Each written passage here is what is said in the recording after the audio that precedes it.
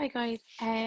So this is a little bit of a new method of delivery for our class and a little bit for myself as well. But just in relation to it, I suppose needs must. First off, I hope you're all keeping safe and well. And look, there's a little bit of boredom going on. The fact that you're studying and all that may help. So just to kind of bring you up to date in relation to what we have left to do. So as you know, we finished the module for the 6N3326, or sorry, the 6N3325.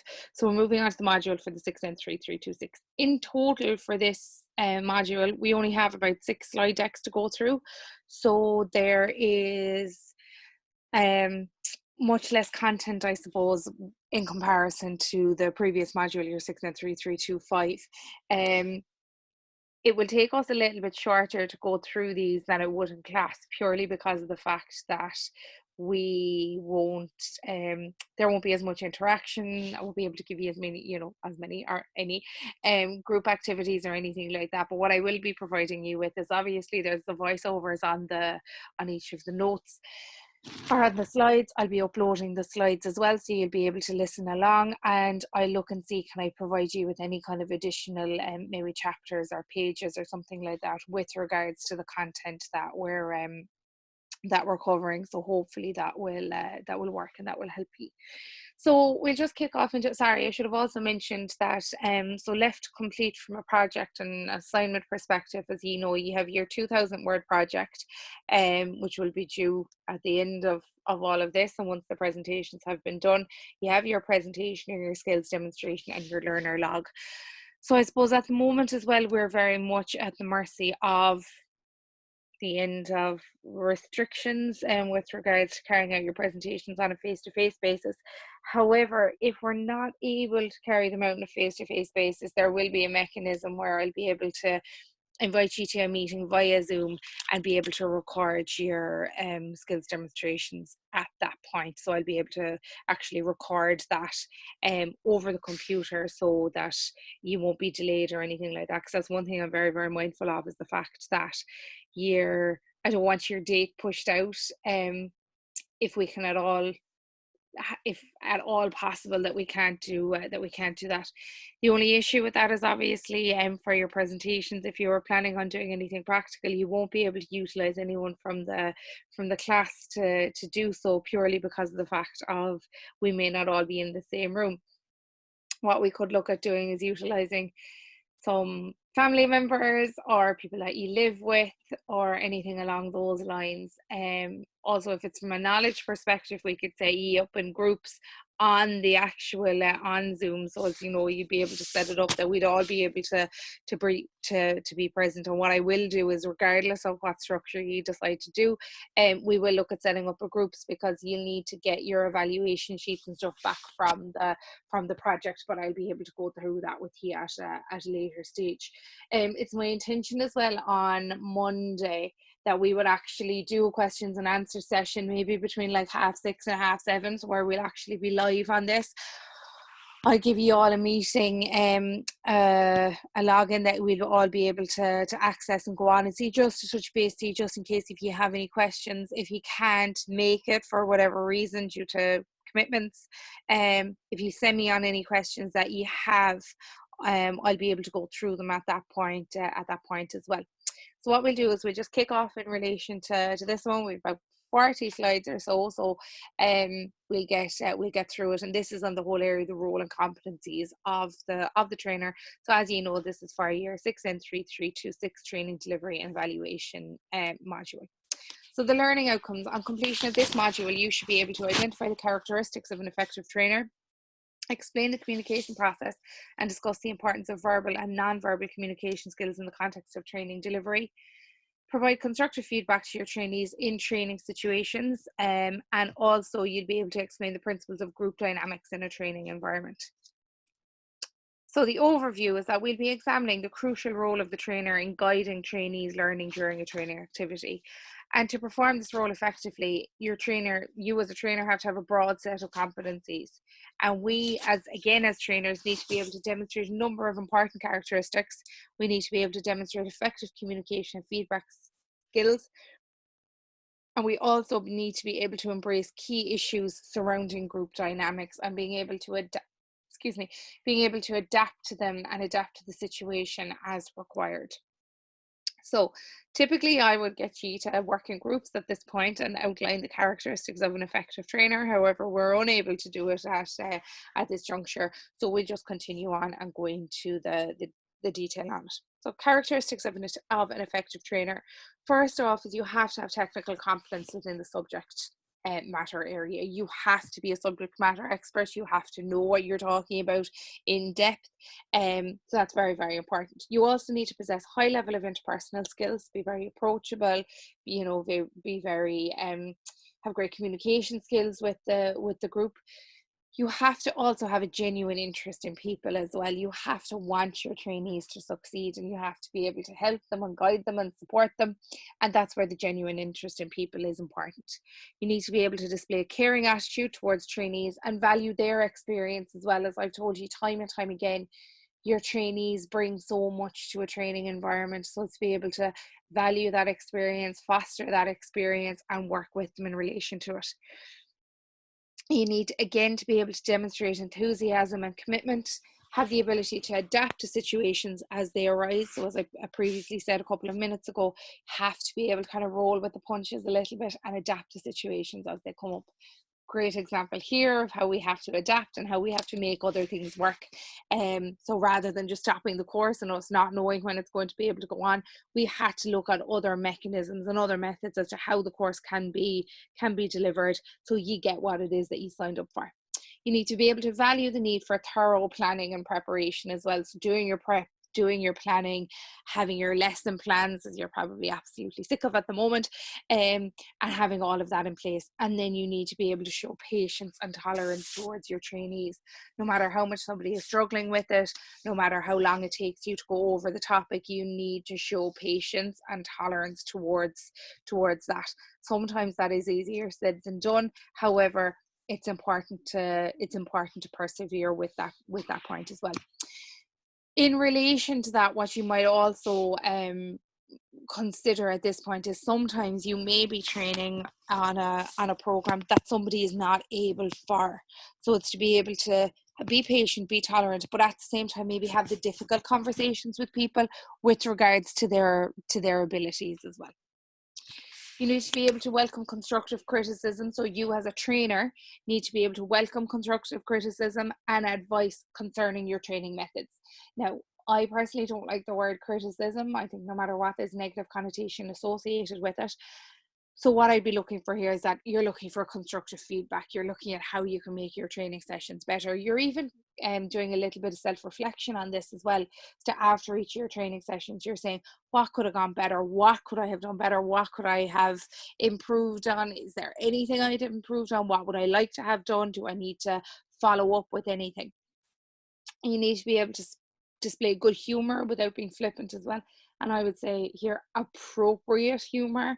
And then following on from that, all of these will link together to create a real positive learning environment and a positive learning experience for your trainees.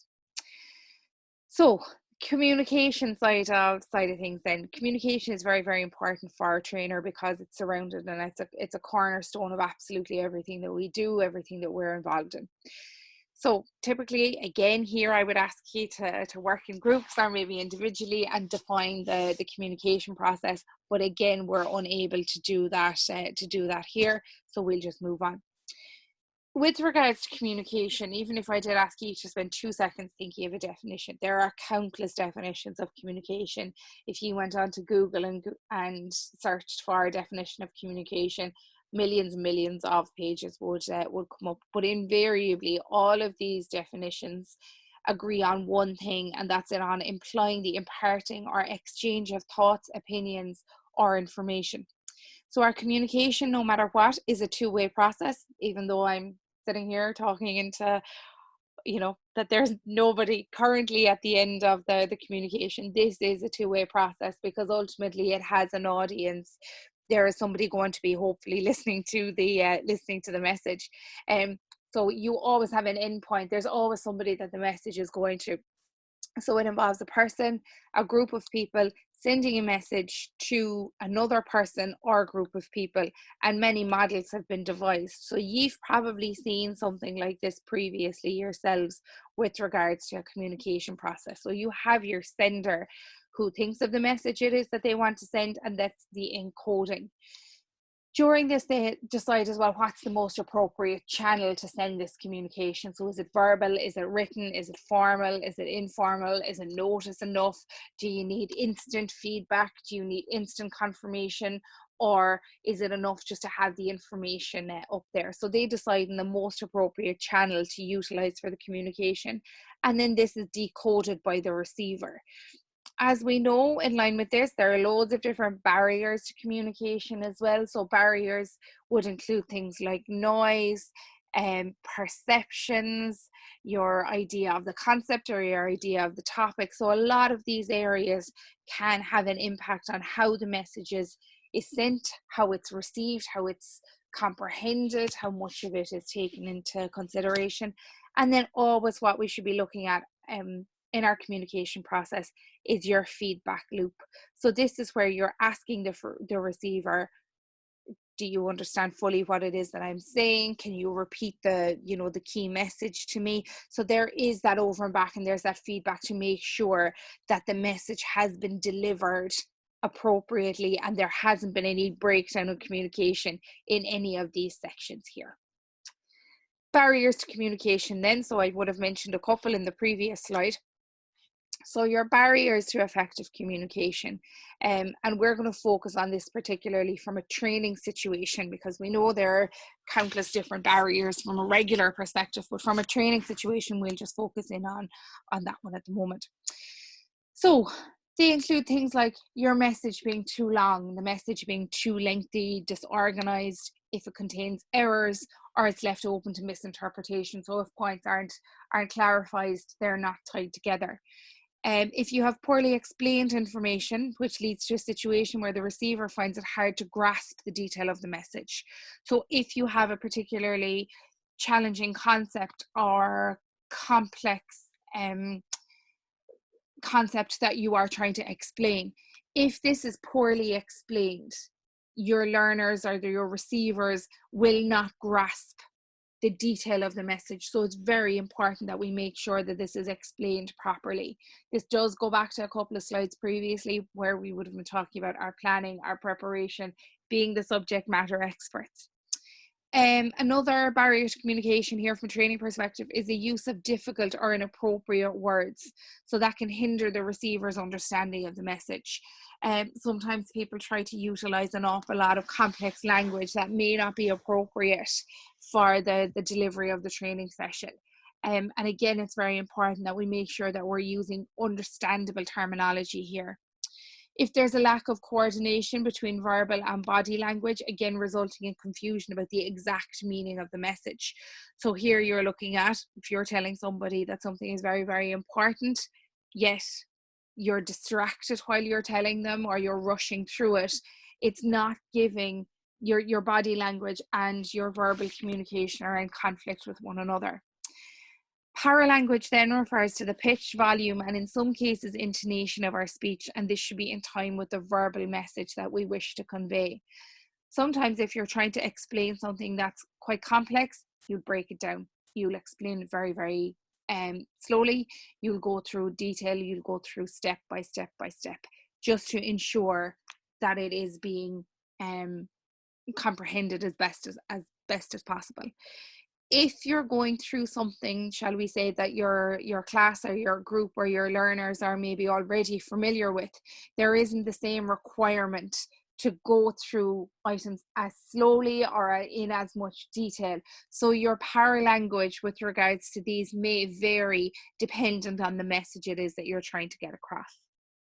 Another barrier to communication here, as I'm sure we've all experienced no more than yourselves over the last couple of weeks, would be your information overload. So this is where you have too much information in too short a time frame, making it difficult for a receiver to take it all in and to digest it properly. Take the concept of the training needs analysis, for example. I went over and over and over it with you until you were absolutely sick and tired of hearing me talk about it. However, if I had only just covered this off in one instance, there would have been the fear that it was information overload, it was an awful lot to grasp, and people may not have got to grips with all the detail associated with it. We then have a failure to take account of the cultural and background of your receivers, making it difficult for them to interpret the message as you intend. So anything like technical technical slang, or not technical slang, colloquialisms, slang words from a location, anything like that, that you're not taking the background into it, telling stories about growing up in Cork or growing up in Ireland or something like that. You're not taking the background of the majority into consideration here. Then we move on to the use of jargon, abbreviations, and again colloquialisms, which may make sense to the sender but confuse the receiver. So again, going back to, utilizing Cork words or anything like that, fine for us. However, we are dealing in a multicultural society, so we do have to be very mindful of the fact that we're not slipping into that kind of habit of utilizing colloquialisms. It also depends on the groups that you have. If you have a group full of Cork people, they'll get it, but at the same time, it may not be appropriate for the environment either. People hearing what they expect or want to hear rather than what is actually said. So sometimes people come with an agenda, or they may want you to say something to them, or they think they've heard something, but that's not the message that has come across. So it's picking out bits and pieces of the conversation or bits and pieces of the training that's being delivered and making that fit. It's kind of a bit like 1 + 1 = 22, whereas rather than understanding the entire message as it is being said. We then come on, and not only do you have your barriers to communication, you also have listening barriers from a trainee's perspective.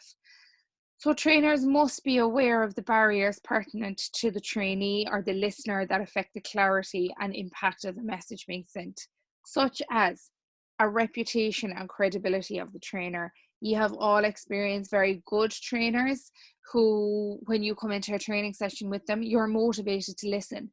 But equally, you will all have experienced poor trainers, and the reputation or the credibility of the trainer goes before them. So in essence, it could be a case of, oh my God, we have to do certain training with one trainer, and immediately there's a barrier to it because people aren't motivated to be involved. You have the performance or approach of the trainer as well. So it's what kind of approach that they adopt, what their performance is like. Are they just up there? Are they just reading from PowerPoint? Or are they making it an interactive training session?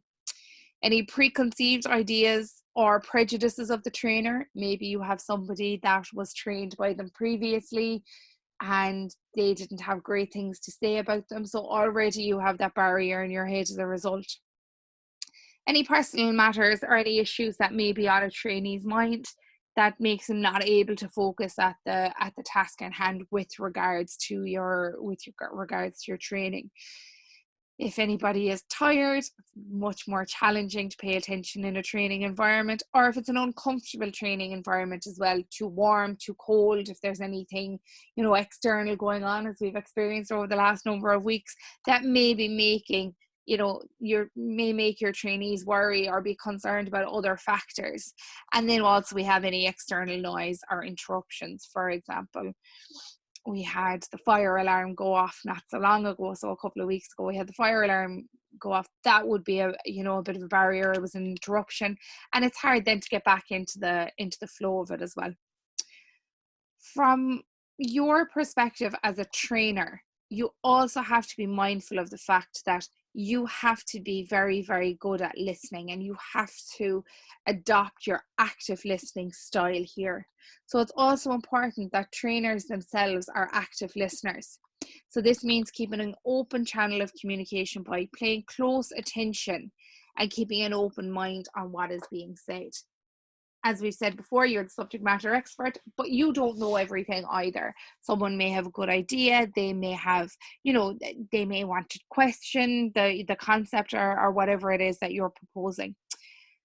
It's very beneficial as a trainer as well to paraphrase, so summarize and repeat what has been said to ensure correct understanding. So if someone is asking you a question, it's no harm to repeat it back again, just to make sure that you're grasping the entire message that they're trying to deliver. Asking any open questions, excuse me. So open questions in relation to looking for a lot of detail with regards to drill down. So not having just the yes or no questions, but your open-ended questions to harness a little bit of detail. And also what's very important as a trainer is we're used to talking, we're used to doing all that, and it's to not jump in with your own comments or your own opinions. It's very important to give the trainees that that opportunity to give their commentary, to give their opinions, and not kind of jump in or overshadow them with regards to this either. You need to send out the right listening signals, and this can be helped by maintaining good eye contact. So good eye contact with your trainees in a training environment. Span the room, look around, don't ever just focus on one area. If someone is asking you a question, maintain eye contact with them, but equally when you're answering the question, span the room, because chances are one person has asked you, but a lot of people inside in that room will have wanted the answer to the question again. Nodding in agreement as appropriate, using words or short phrases such as I see or I understand. Again, these are kind of the prompt cues that will let your trainees know that you're listening to them. Adopting a relaxed stance as well, so not hands on the hips or hands on the pocket or in the pockets or anything like that. I'll be talking to you about all of those when we do a bit on presentation skills in a couple of sessions time, but it's having a relaxed stance. It's not kind of being too forward or too assertive with the stance either. And then smiling, but obviously appropriately. It does depend on the question that you're being asked. It depends on the topic that you're delivering as well. So you'll be able to read the room and you'll be able to read the situation as well. So to ensure effective verbal communication in a training situation, you need to, as a trainer, you need to project your voice. Trainees shouldn't have to strain to hear your delivery. If someone is down the back of the room and they can't hear you, you need to be able to project your voice. As a trainer, sometimes you get so used to that you end up shouting it all around you. But it is very important that we do project our voice to everybody. Also, you should avoid trailing off at the end of sentences and or mumbling words and phrases. So if we're getting to the end of a sentence, it can be very easy sometimes for us and I'll give an example here, for us just to kind of trail off at the end of a sentence, and then you pick it up again and then you trail off again. So it's to be careful not to do that. It's also be careful not to mumble any phrases or anything like that. Individuals, they tend to hear what they want to hear, so it is important to eliminate possible misunderstanding. Again, this is where we're going back to our communication process and our communication flow, where we're constantly looking for feedback, we're constantly looking for confirmation that the message has been understood. Avoid jargon and beware of the tendency to use words or terms that belong exclusively to your area of expertise. So if there is any kind of technical terms, any jargon, anything like that, if you know everybody in the room understands them and knows them, then by all means, that is absolutely fine to utilize them. However, if you don't know your audience, you don't know their background or their experience, try not to use any jargon, or if you are using any jargon, explain it at the beginning. Same with any abbreviations or anything like that. And remember, in relation to verbal communication, it's not just what you say, it's the way you say it, it's how you say it. So particular attention must be paid to the clarity, tone, and inflection when you are communicating with your trainees. Maintain an even pace and pause occasionally to allow learning points to sink in, and check the pace occasionally with the trainees. Ask them, am I going too fast? Is it not fast enough? Again, things like, can you all hear me? Can you, is the flow of information okay? Just checking with your trainees to make sure that they're as comfortable as they can be. Trainees also should be the focus of attention. So again, avoid talking to a screen or a flip chart. If we were inside the room, I would demonstrate by an example here, but unfortunately I can't. So your trainees shouldn't shouldn't really see the back of your head. Like at the end of the day, you'll be able to see your screen in front of you if you're utilizing PowerPoint. And equally, if you're using a flip chart or anything like that, you should angle your body a little bit to the side so as you don't break the eye contact and you don't break the communication with a group, because it can be very difficult to be in a training environment where you're looking at the back of a trainer's head, you're not engaging with your trainees through eye contact. It also gives them the opportunity, and this doesn't tend to happen too often, thankfully, but it gives them the opportunity to maybe messing or lose a little bit of attention. Trainees will inevitably switch off if the trainer rambles on. So without making a telling point, regularly goes off on a tangent or makes simple things sound complicated. So if trainers have a tendency to overcomplicate things or ramble on or go off point, your trainees will switch off. Avoid condescending words, tone, or behavior. Trainers can sound as though they're talking to a person of less value than themselves, saying things like, when you get a bit more experienced at this, or anything like those. Try not to use that kind of terminology, because it can affect your trainees' confidence as well. With your body language, and it seems very ironic that I'm talking to you about body language and non-verbal communication when I'm doing this from an e-learning perspective and recording it, but needs must, I suppose. It's not only what you say in a training situation that's important. Your body language is also an essential part of the communication process. So as trainers, we have to be aware of factors that can affect the non-verbal messages we transmit. So in particular, things like your personal appearance, how you present yourself in a training environment is very important, in the sense that your trainees want to know that you're coming in, that you have the respect for the trainees to come in, dressed appropriately. And when I say dressed appropriately, I don't necessarily mean that everybody has to be landing in dressed to the nines or in a suit or in anything like that. It's also dressed appropriately to the topic it is that you're delivering. Because let's say if you have someone who's delivering a practical type of training and they're landing in a suit, again, there's conflict between, shall we say, the body language or the personal appearance versus the message that's being delivered. Eye contact, as we've said already, is very, very important, from the perspective of linking in with your trainees, establishing that rapport and building that rapport with them. Your facial expressions, movement and gestures. So again, we have to be aware of our movements and of our gestures, and making sure really here that they're not distracting. I have been involved in situations where I've seen people deliver presentations and they would just walk up and down the room. And again, that's very distracting for your trainees. Yes, we need movement. We can't just, stand ourselves into a black hole. But at the same time, it can't be so distracting to your trainees either. Your stance, no hands in the pockets, no slouching, anything like that. Try not to put your hands on your hips, because all of this just comes across as, if you have your hands in your pockets, it looks a bit slovenly, it looks a bit sloppy, so that's not great. Also, by putting your hands in your pockets, if there's any change or if there's any, people have paper clips and God knows what inside in their pockets, there is the tendency then to fidget. So try not to, fidget with anything as well from, when you are delivering a training session. Your positioning within the room is also very important. So don't block the screen, don't block the flip chart, don't do anything like that, because again, it has a knock-on effect on the delivery. And then if you have any distracting mannerisms, this is where we talk about the feedback piece. Try to identify them and take them on board. I would have had a lecture years and years ago, when I would have been doing my master's, where at the end of every sentence, she ended it with, "Do you know what I mean?"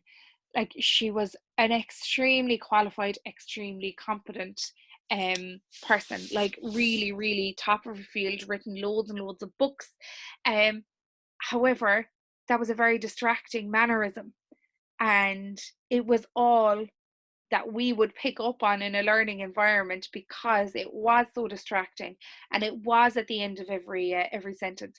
And people get into habits in relation to these type of mannerisms. So it's to try and identify them and to try and break the habit as much as possible.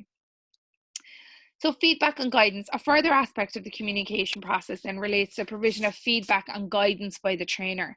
So the learning process is greatly enhanced when trainees are given relevant and timely feedback on their process, on their progress. So you have to, if you're doing anything practical, if you're doing anything like that, you have to give feedback on what your learners are doing well, where they need to improve, but giving it at the time rather than waiting 2 or 3 weeks later and said, oh, you shouldn't be doing it that way, because that's wrong, and the person now has been doing it wrong for kind of 2 or 3 weeks. So it has to be timely and it has to be relevant.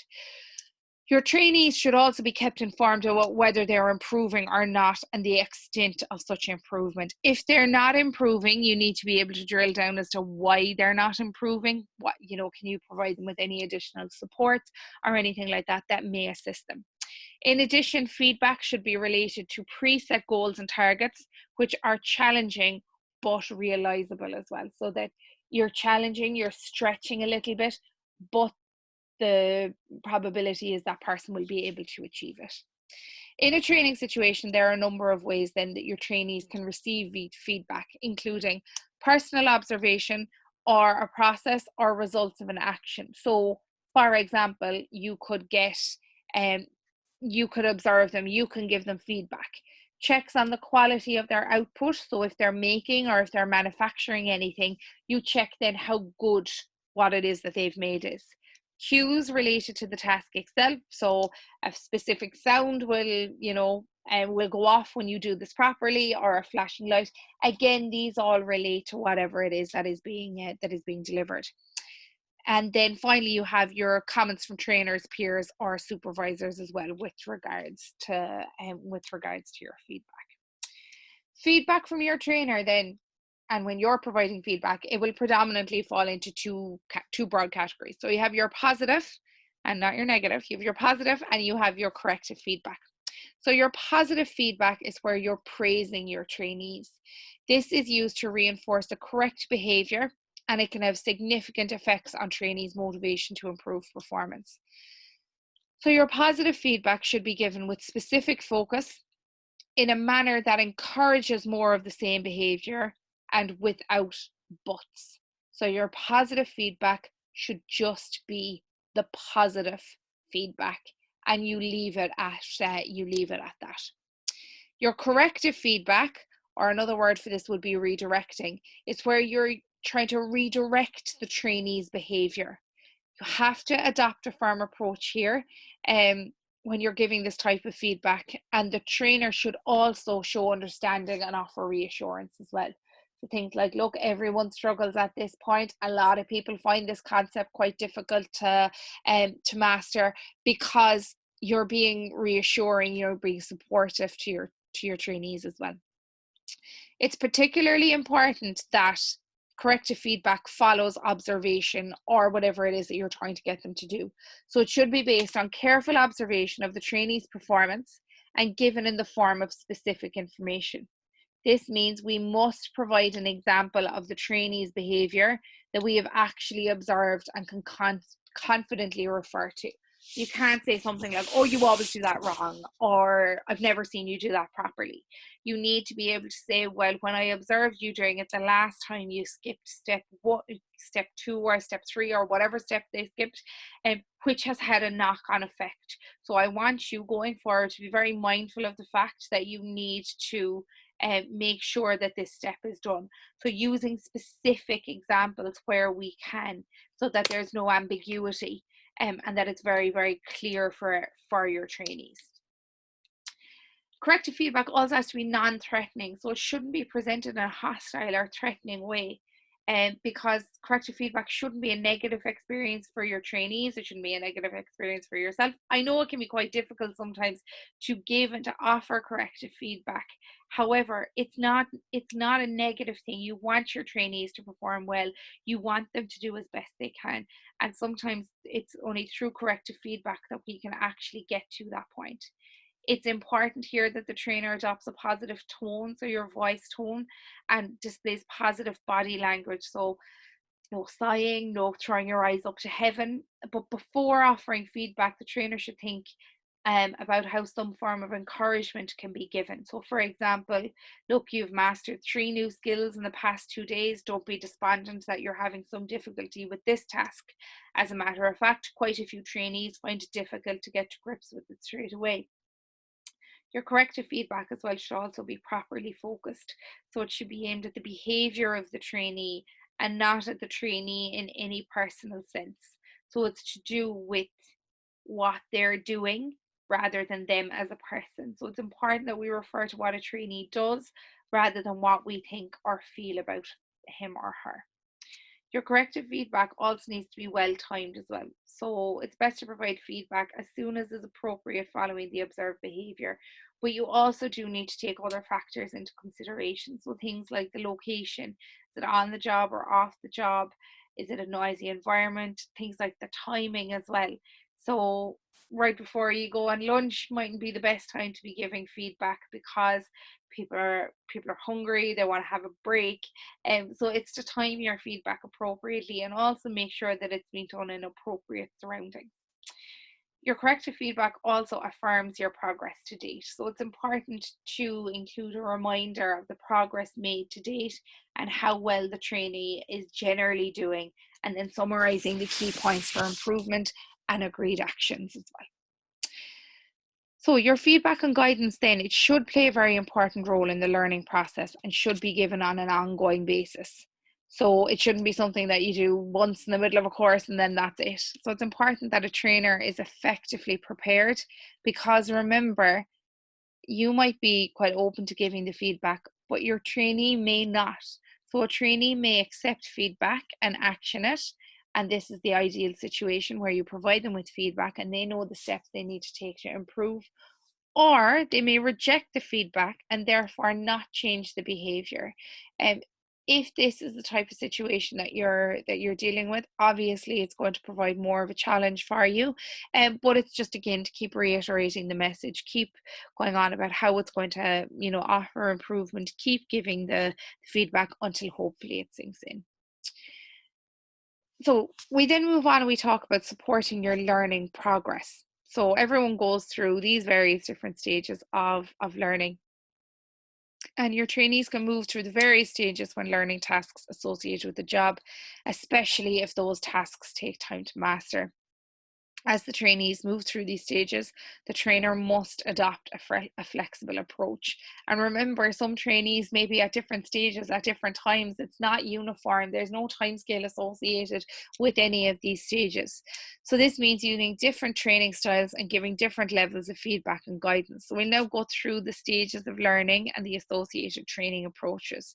So first stage, and again, we'll go through these in a little bit more detail in the next couple of slides, but stage 1 is where your trainee mindset is enthusiastic. You would have hopefully gone through this stage. A couple of weeks ago when you were beginning the program, you were quite enthusiastic about it. And the trainer approach here is very much directing. The trainer is taking control of the situation. Stage 2, then you move on and your trainee mindset maybe a little bit disillusioned. Maybe I'm not sure what I signed up for here. I don't know, is all this work worth it type of thing. And this is where, as a trainer, you have to provide guidance, feedback, and assistance as much as you possibly can. Stage 3, then you move into maybe where your trainee is a little bit reluctant. And I think, is it worth all this effort? Are there so many other things that I could be putting my time into? And your trainer approach here, again, is reassuring and supporting. And then stage 4, I'm adding in another stage. Stage 4 is where your trainee mindset is willing and able. So your trainees are able to do everything it is that you wanted them to do. And your trainer approach here then is very much delegating. It might be they're practicing. going through the final tweaking and stuff like that. So, as we said, stage one is where your trainee mindset is very enthusiastic and your trainer approach is directing. So, at the beginning of the activity, the trainee is usually very enthusiastic but has little idea of what needs to be learned. So, they're unconsciously incompetent. They have no idea of the road that's out ahead of them. I always utilize an example here, and just to demonstrate this four-stage process of driving a car. You've no idea what it is that you don't know. So at this initial stage of learning, the trainee is largely dependent on the direction set by the trainer. So it's very much trainer focused. With the trainees enthusiastic and ready to go, they should be given complete, clear, and specific instructions by the trainer. Stage two, then, as we said, is where your trainees become maybe a little bit disillusioned and your trainer approaches providing feedback, guidance, and assisting. So at this stage, the trainee knows what needs to be learned, but cannot as yet manage to perform the task. So they're consciously incompetent. They know what it is they don't know. The trainee may have attempted the task and not fully succeeded and may feel somewhat disillusioned. For example, going back to the example that I used about the car, you know that you need to change gears, you know that you need to be on first to start it, but the car keeps conking or you keep cutting out. This is what's usually referred to as the trial and error period, and the trainer should take on an assisting type of role, so indicating deviations from the correct approach and guiding the trainees' efforts, telling them where they can be doing it better, giving them a little bit more information and support and guidance. The trainer should also ensure to check understanding, clarify areas of concern, offer encouragement, and be open to comments and or questions, because this is where you're going to get a lot of questions with regards to it. Stage three, then we move on and we talk about the reluctant trainee. And this is where you as a trainer need to be reassuring and supporting. So the trainee has now learned how to perform the task, but lacks the confidence to perform on a continuous basis. So you know how to change gears, you know how to start the car, you know how to, take off at a roundabout, but sometimes it doesn't happen. And this is where you're consciously competent. You have to think through every single step. You have to think of all the different parts of the process. So here the trainer offers support in the form of encouragement, reassurance, and praise, while re-emphasizing key learning points and ensuring that the task is being performed correctly. And so again, as I said, it's very much reassuring, supporting, telling them they're doing it right, telling them to keep practicing. And then finally, we come into stage four. And this is where your trainees are willing and able, and you as a trainer, all the hard work is done. So the trainee is now able to perform the task automatically to the required standard and on a continuous basis without support. So they're unconsciously competent. They're able to hop into the front seat, they're able to pull off, they don't even need to think about the steps involved in it, they just do it automatically. So the trainee here has demonstrated that the required standard of performance has been achieved, and the trainer can now delegate the task with a reminder that assistance is always available if the problem arises in the future. So here there's just a quick table in relation to it. So as we said, you're unconsciously incompetent, you're consciously incompetent, you're consciously competent, and you're unconsciously competent. So the first one is not aware that you lack a skill, moving into aware that you lack a skill, following on then to actively working at a skill, although it requires a lot of thought, and then you come into the situation where you're so skilled that you no longer even have to think about it. So group learning and group dynamics, then a trainer often has to work with more than one trainee, and in any situation where a group is involved, certain dynamics must be taken into account. You have your difficult trainees, you have all of that. The trainer therefore needs to have a basic understanding of how best to handle situations where individuals or groups as a whole do not seem to be working well together. All trainees have individual personality traits, and this is usually reflected in their behaviour and attitude during training activities. In general, this poses little by way of problems for the trainer. However, at times, special attention must be given to certain trainees. So we classify these as problem trainees. And so you would have your shy or your withdrawn trainees. These are often introverted by nature. A shy or withdrawn trainee may feel out of place and may be reluctant to get involved in exercises or discussions. The trainer here should be careful not to place such a trainee in the spotlight, especially in the early stages of a training activity. So you need to look at building their confidence with regards to it as well. So a method here would be to involve them in smaller group discussions at the beginning, and it may come easier to this type of trainee at first, and later through gentle encouragement may gradually become fully involved, but it's to do kind of baby steps that way.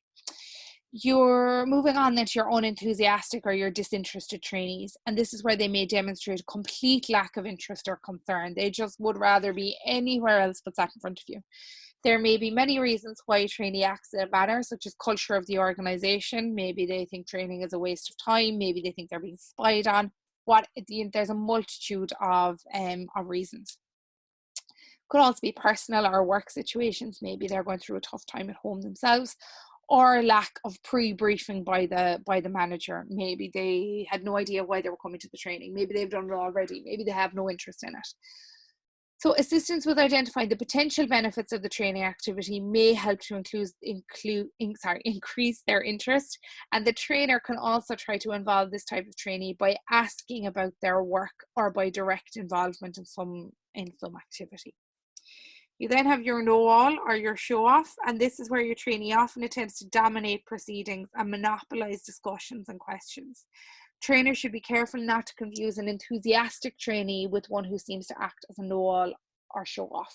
So sometimes trainees are just very into the topic. They might be quite excited by it, and it's to be careful not to get those confused with someone who just wants to be the center of attention. So this type of trainee will become problematic if other group members are seen to react negatively in the wake of persistent attempted dominance. The trainer does need to interrupt tactfully to limit their contributions. At the same time, as a trainer, you need to be very careful not to call anybody out in front of a group. So maybe it's to have a one-to-one discussion with them to say that the discussion is going off topic. Another mechanism that I would sometimes utilize, if you have somebody who is trying to, I don't mean hog the limelight, but they are trying to be the center of attention, is to say to them, okay, Johnny, you're bringing up some very good points here. Do you want to come up and maybe deliver the training session for a bit, because you seem to have great knowledge in relation to the topic. If you adopt that kind of approach, they won't be long going back into their box. Also, it's useful to throw open their contributions to the general comments of the group as well. So, okay, what do you think about what Johnny said? Do you agree with it? Do you disagree with it? And to go through it like that. You then may potentially be faced with a disruptive or with a negative trainee, and this commonly reflects someone potentially with a chip on their shoulder who decides to use the training situation to unload their grievances about the company. They just want to come in and absolutely, leave off steam about anything that's going on that's totally unrelated to training. If a trainee's disruptive behavior is blatantly interfering with the learning of the group, then you as a trainer, you have to take action. You have to talk to them about it. You have to say that, look, I understand you have grievances. This isn't the appropriate forum. I suggest you would talk to your line manager and follow the necessary channels. It may be useful here to contrive a break in proceedings, perhaps organising small group discussions, which will provide an opportunity to request a private chat in a convenient location outside the training room with this kind of a trainee. We move on then to moving away from the negative. We'll talk a little bit about the positive. So if it becomes apparent that a learning group is not working as well as might be expected, the trainer needs to make an assessment and attempt to remedy the situation. So it is important to ensure that both task, what is to be achieved, and maintenance, how it will be achieved, processes are being adequately catered for in group terms. So we've previously referred to the need for the trainer to create a positive environment. So when working with a group of trainees, this means being aware of the occasional need to manage conflict, to reduce friction, to promote harmony, and to lift morale. You may have two trainees that spark off each other in a training environment. And if you're putting trainees to work together in groups, just be mindful of the fact that don't put those two people together, and put them into groups yourselves. Get them to split themselves into groups, because chances are they won't put themselves in the group together. So we need to do everything that we can in order to create that positive learning environment. So in particular, you should promote an environment of trust and respect between trainers and trainees, and between the trainees themselves. You need to encourage trainees to ask questions and to discuss issues. At the same time, in the situation of asking questions and all that, you can't leave it detract from the message, and you can't leave it have an impact on the delivery of your training either. You need to be able to reduce or remove elements of the learning environment that may lead to fear and or perceived failure. So baby steps towards those. And you also need to be able to plan activities to allow learners to meet esteem needs. So set realistic goals, provide feedback, and give recognition as appropriate. It's not typically something that you have to deal with too often, but it may be a scenario that you have to manage conflict within a training environment. So it is quite unusual for significant conflict to arise during training. And I was hoping that I get to talk to you about this face to face. But what we'll do is for any of the, the live kind of questions and answer session, and if you have any questions with regards to managing conflict or any, anything like that, I can talk you through some examples within this. However, it is always a possibility, and trainers should have the competence to address any such situation confidently. In saying this, you should remember that there is no guaranteed solution, and what works in one situation may not prove as successful on another occasion. Nonetheless, there are recognized steps that can be followed on dealing with conflict, and we'll look at these in further detail. So if you have two people who are maybe sparking off each other, or yourself and a trainee, whatever the case may be, ensure that when you're talking to them, ensure that the setting is appropriate. Adopt a constructive problem-solving approach. So how can we fix this? How can we work together? Encourage the individual to share his or her issues as fully as possible. So there is no point holding back at this, if it's got to this point, there is no point somebody holding back, because if that's the case, this exercise of managing the conflict is going to be, done in vain. It's not going to have a resolution. You need to clarify the issues, restate what you have heard, validate the individual's opinion of both, communicate your concerns as clearly and specifically as possible. The fact that if we're still going to have this conflict throughout the class, or if there's, this tension going on, people are going to be aware of it. We're not going to get material covered. Again, whatever the case may be. Be prepared for a defensive or perhaps even a hostile response, and hold to the bottom line position. So say that, like, if you're not prepared to abide by these, I can't leave somebody back into the class, because I have a duty to my other learners that they're here to cover the material, and we need to be able to go through it. So in summary, and I hope listening to me babble on for, I suppose, the guts of an hour, you should be able to identify the characteristics of an effective trainer.